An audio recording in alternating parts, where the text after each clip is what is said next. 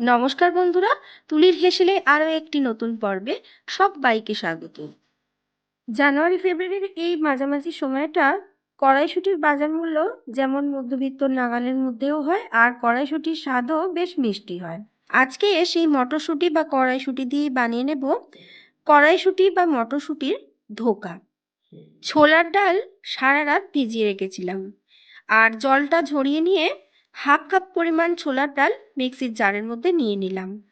ওই একই মাপে হাফ কাপ পরিমাণ নিয়ে নিচ্ছি ফ্রেশ কড়াইশুঁটি বা মটরশুঁটি। মটরশুঁটি আর ছোলার ডাল কিন্তু সম পরিমাণ ব্যবহার করতে হবে।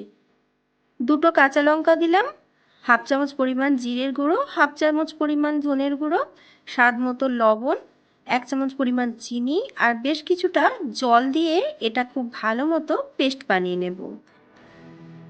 এবার একটা গরম কড়াইতে নিয়ে নিলাম 1 টেবিল চামচ পরিমাণ সর্ষের তেল। খুব বেশি তেল দেওয়ার কিন্তু প্রয়োজন নেই। সঙ্গে ফোড়নে দিচ্ছি হাফ চামচ পরিমাণ কালো জিরে, অল্প একটু গোটা মৌরি, আর ওই হাফ চামচ পরিমাণ আদা বাটা, আর হাফ চামচ পরিমাণ হিং। খুব ভালো মতো ফোড়নটাকে 30 থেকে 40 সেকেন্ড সময় ধরে একটু ভালো করে ভেজে নেব। অবশ্যই এই সময় কিন্তু গ্যাসের ফ্লেমটা আমি একেবারে লোতে রেখেছি। ফোড়ন থেকে যখনই সমস্ত মশলার ফ্লেভার ছেড়ে দেবে, সুন্দর গন্ধ বেরিয়ে আসবে, তখনই দিয়ে দেব ছোলার ডাল আর কড়াইশুঁটির পেস্ট। সমস্ত পেস্টটা আমি এর মধ্যে দিয়ে দিলাম। কড়াইশুঁটির পেস্ট বানাবার সময় আমি লবণ, চিনি সব কিছু যেহেতু ব্যবহার করেছিলাম, তাই আলাদা করে এখানে আর কিছুই মেশাবার নেই। খুব ভালো করে ক্রমাগত নাড়াচাড়া করে পেস্টটাকে ড্রাই করে নেব। আর এই সময় আমি গ্যাসের ফ্লেমটাকে মিডিয়াম টু হাইতে রেখেছি, আর ক্রমাগত নাড়াচাড়া করতে হবে, তা না হলে কিন্তু নিচের থেকে পোড়া লেগে যেতে পারে। ক্রমাগত নাড়াচাড়া করতে করতে যখনই সমস্ত মিশ্রণটা এভাবে কড়াই থেকে ছেড়ে আসবে আর বেশ মন্ড পাকিয়ে আসবে, তখনই বুঝতে হবে আমাদের কড়াইশুঁটির পুরটা কিন্তু একেবারে তৈরি হয়ে গেছে। ঠিক এই সময় গ্যাসের ফ্লেমটা আমি অফ করে দিলাম, আর আগের থেকেই একটা পাত্রের মধ্যে অল্প একটু তেল লাগিয়ে নিয়েছিলাম। সর্ষের তেল লাগিয়ে নিয়েছিলাম, আপনারা চাইলে ঘি বা রিফাইন্ড তেলও লাগিয়ে নিতে পারেন। এবার এই কড়াইশুঁটির মিশ্রণটা ওই তেল মাখানো পাত্রের উপরে রেখে ভালো করে হাতা দিয়ে এভাবে একটু ছড়িয়ে দেব, যাতে ভালো মতো ঠান্ডা হয়ে যেতে পারে। আর আমি এখানে স্কোয়ার শেপ দিয়ে নিচ্ছি, যেহেতু ধোকা বানাতে সুবিধে হবে, শেপটা দিতে সুবিধে হবে, তাই আমি ভালো মতো এভাবে একটু স্কোয়ার শেপ করে ছড়িয়ে দিলাম। ধোকার মিশ্রণ ঠান্ডা হতে হতে অপরদিকে একটা মশলা বানিয়ে নেব। আবারও মিক্সির জারের মধ্যে নিয়ে নিয়েছি 10টা গোটা কাজু, আর দিচ্ছি ওই 1.5 টেবিল চামচ পরিমাণ পোড়ানো নারকেল, আর সঙ্গে দিয়ে দেব 2 চামচ পরিমাণ টক দই। এবার বেশ কিছুটা জল দিয়ে এটার একটা মিহি পেস্ট বানিয়ে নেব। ঠিক এরকম একটা পেস্ট আমাদের বানিয়ে নিতে হবে। অপরদিকে আমাদের ধোকার মিশ্রণ কিন্তু পুরোপুরি ঠান্ডা হয়ে গেছে। আমি 1 ঘন্টা অপেক্ষা করেছিলাম এটা ঠান্ডা করার জন্য। সম্পূর্ণ ঠান্ডা না হলে কিন্তু এই ধোকাটা কাটতে গেলে ভেঙে যেতে পারে, তাই অবশ্যই সম্পূর্ণ ঠান্ডা করে নিয়েই ধোকাটা কিন্তু কেটে নিতে হবে বা শেপ দিয়ে নিতে হবে।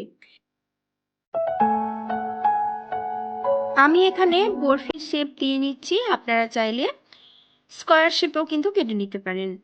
খুব ভালো করে একটু হাত দিয়ে চেপে চেপে পাতলা একটা স্টিলের ছুরি দিয়ে আমি ধোকাগুলোকে কেটে নিলাম। দেখুন কত সুন্দর ধোকাগুলো কিন্তু সেট হয়ে গেছে, একটাও ধোকা কিন্তু ভেঙে যায়নি, আর পারফেক্টভাবে কিন্তু তৈরি হয়েছে। এবার ধোকাগুলোকে ভেজে নেব। তার জন্য একটা গরম কড়াইতে নিয়ে নিলাম 3 টেবিল চামচ পরিমাণ সর্ষের তেল।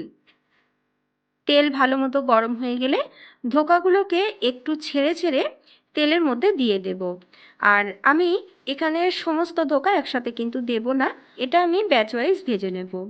কিছুক্ষণ সময় অপেক্ষা করে বেশ উল্টে পাল্টে এভাবে একটু লালচে করে ধোকাগুলোকে ভেজে তুলে নেব। বাদ বাকি ধোকাগুলো আমি একইভাবে ভেজে তুলে নিয়েছি। সমস্ত ধোকা ভেজে তুলে নেওয়ার পর ওই তেলের উপরেই ফোড়ন দিয়ে দিলাম অল্প একটু গোটা গরম মশলা, একটা শুকনো লঙ্কা, হাফ চামচ পরিমাণ গোটা জিরে, হাফ চামচ পরিমাণ হিং। অবশ্যই হিংটা কিন্তু ব্যবহার করবেন, যেহেতু নিরামিষ রেসিপি হিং ব্যবহার করলে কিন্তু এর স্বাদটা বা ফ্লেভারটা খুব ভালো আসে। এবার কয়েক সেকেন্ড সময় ধরে সমস্ত ফোড়নটাকে একটু নাড়িয়ে চাড়িয়ে নিয়ে ফোড়ন থেকে সুন্দর গন্ধ বেরিয়ে এলে দিয়ে দেব আদা কাঁচা লঙ্কার পেস্ট। একটু জল সহ আদা কাঁচা লঙ্কার পেস্ট যদি তেলের উপরে দেওয়া হয় তাহলে কিন্তু খুব বেশি আদা বাটা দেওয়ার পর ছিটকায় না। এবার দিয়ে দিচ্ছি হাফ চামচ পরিমাণ হলুদ গুঁড়ো, হাফ চামচ পরিমাণ কাশ্মীরি লঙ্কার গুঁড়ো, হাফ চামচ করে ধনের গুঁড়ো এবং জিরের গুঁড়ো।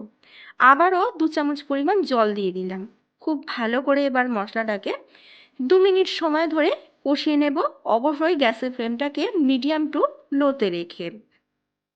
আশা করছি আমার রেসিপি ভিডিওগুলি আপনাদের ভালো লাগছে। আমার চ্যানেলে নতুন বন্ধু হলে চ্যানেলটি সাবস্ক্রাইব করে নেওয়ার অনুরোধ রইল। পাশে থাকা বেল আইকনটি অবশ্যই প্রেস করে দেবেন, যাতে আমার চ্যানেলে নতুন কোনো ভিডিও আপলোড করলে তার নোটিফিকেশন সরাসরি আপনার কাছে পৌঁছে যায়। মশলা থেকে সুন্দর তেল ছেড়ে এসেছে। এবার এর মধ্যে দিয়ে দিলাম কাজু, নারকেল এবং টক দইয়ের পেস্টটা। সঙ্গে মিক্সির বাটিটা ধুয়ে অল্প একটু জলও দিয়ে দিলাম। খুব ভালো মতো নাড়াচাড়া করে মশলাটাকে কষিয়ে নেব। গ্যাসের ফ্লেমটাকে মিডিয়াম টু হাইতে রেখে মশলাটাকে খুব ভালো মতো কষিয়ে নেব। সঙ্গে দিয়ে দিচ্ছি স্বাদ মতো লবণ, চিনি আর অল্প কিছুটা কাসুরি মেথি। যেহেতু নিরামিষ রেসিপি তাই একটু মিষ্টি মিষ্টি হলে কিন্তু স্বাদটা বেশ ভালো লাগে। সমস্ত মশলা দিয়ে খুব ভালো করে নাড়াচাড়া করে যখনই মশলা থেকে এরকম তেল ছেড়ে আসবে তখনই দিয়ে দিতে হবে হাফ কাপ পরিমাণ গরম জল। এখানে কিন্তু খুব বেশি জলের ব্যবহার আমি করছি না। ঝোল ভালো মতো ফুটে উঠলে সমস্ত ভেজে রাখা ধোকাগুলো এর মধ্যে দিয়ে দেব আর খুব ভালো করে নাড়াচাড়া করে নিয়ে এবার ঢাকা দিয়ে 1 মিনিট একটু ফুটিয়ে নেব মিডিয়াম টু হাই ফ্লেমে। 1 মিনিট পর ঢাকাটা উঠিয়ে নিয়েছি। এবার খুব ভালো করে একবার সমস্ত কিছু নাড়িয়ে চাড়িয়ে নিলাম। দেখুন একটাও ধোকা কিন্তু ভেঙে যায়নি। আমাদের কড়াইশুঁটির ধোকার ডালনা কিন্তু অলমোস্ট ডান। এবার গ্যাসের ফ্লেমটাকে আমি অফ করে দিলাম আর ওপর থেকে দিয়ে দিচ্ছি হাফ চা চামচ পরিমাণ গরম মশলার গুঁড়ো আর অবশ্যই 1 চা চামচ পরিমাণ গাওয়া ঘি। ঘি আর গরম মশলা দিয়ে ভালো করে নাড়িয়ে চাড়িয়ে 1 মিনিট স্ট্যান্ডিং টাইমে ঢাকা দিয়ে রেখে দিয়ে তারপর পরিবেশন করেছিলাম কড়াইশুঁটির ধোকার ডালনা। আমার আজকের ভিডিওটি যদি ভালো লেগে থাকে অবশ্যই ভিডিওটিতে একটি লাইক, কমেন্ট, শেয়ার করে পাশে থাকবেন। আমার চ্যানেলে নতুন বন্ধু হলে চ্যানেলটি সাবস্ক্রাইব করে নেওয়ার অনুরোধ রইল। পাশে থাকা বেল আইকনটি অবশ্যই প্রেস করে দেবেন, যাতে আমার চ্যানেলে নতুন কোনো ভিডিও আপলোড করলে তার নোটিফিকেশন সরাসরি আপনার কাছে পৌঁছে যায়। আজ তাহলে আসি, আবার দেখা হবে নতুন কোনো রেসিপি ভিডিও নিয়ে খুব তাড়াতাড়ি। সকলে ভালো থাকবেন, সুস্থ থাকবেন। ধন্যবাদ।